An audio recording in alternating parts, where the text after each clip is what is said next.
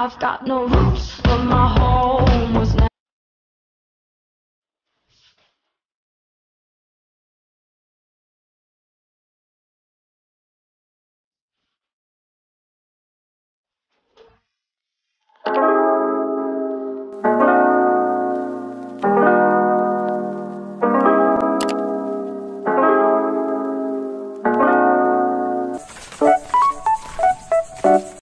Hai. Hai. Hai. Hai. Hai. Hai. Hai. Hai. Hai. Hai. Hai. Hai. Hai. Hai. Saya Mama Uzaifah. Nama saya Damia. Saya Farah. Saya Nur Adia. Nama saya Zaib. Nama saya Munir. Nama saya Muhammad Absyad Darwish bin Muhammad Muslim. Nama saya Siti Farzana binti Muhammad Farouk. Nama saya Jana. Nama saya Intan Farah. Nama saya Amar. Nama saya Aiman. Nama saya Faid. Nama saya Alifan.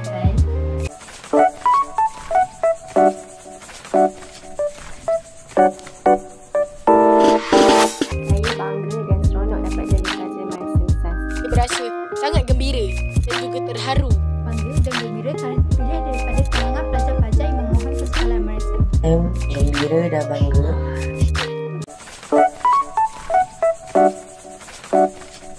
Saya mempunyai banyak pengalaman semasa hari orientasi.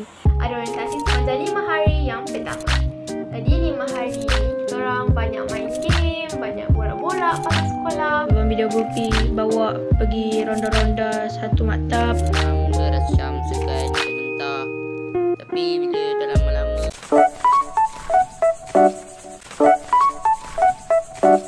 Untuk bulan puasa ia sangat seronok boleh dikatakan macam tu sebab kita ada iftar dengan homeroom. Guru homeroom kami iaitu Teacher Emma. Okey, pada waktu itu kami dapat makan makanan maktab dan juga makanan yang dipesan oleh Teacher Emma iaitu KFC, Apple Donut dan lain-lain. Kami juga ada makan di Dewa Selera bersama kawan-kawan yang lain. Menu dekat situ memang mantap. Sebelum kami berbuka puasa di Dewa Selera, kami akan melakukan solat jemaah beramai-ramai di surau. Solat Jumaat, solat Tarawih pada bulan Ramadan. Solat itu diimamkan sama ada oleh guru ataupun badan tertinggi iaitu badar. Lepas iftar homeroom, kita orang ada iftar perdana iaitu pada hari last puasa di maktab lah kiranya. Setiap kepimpinan di madrasah sangat berbeza dari segi pemakaian jika dibezakan dengan pelajar biasa. Setiap jawatan puasa ada uniform mereka yang tersendiri untuk membezakan jawatan mereka. di sana kebajikan dan keselamatan saya terjaga.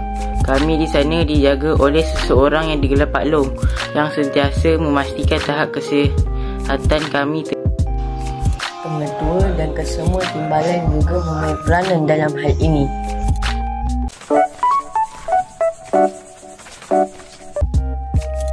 MRSM telah mengadakan waktu riadah selepas perat petang sehingga pukul 6. Saya dan kawan-kawan saya pergi beriadah. Waktu tu bulan puasa.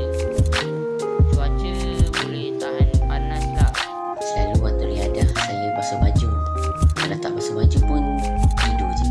Saya tak selalu turun padang. Saya selalu basuh baju. Lepak dengan kawan.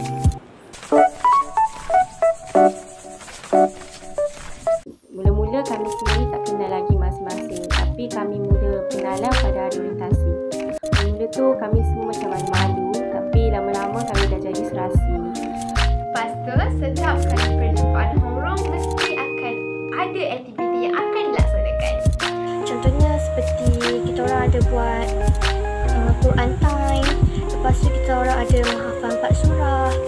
Ada jamuan homeroom. Kita orang pun makin rapat dengan keluarga angkat kita orang dan persahabatan kita orang tu makin akrab lah. Itu saja dari homeroom kami. Bye.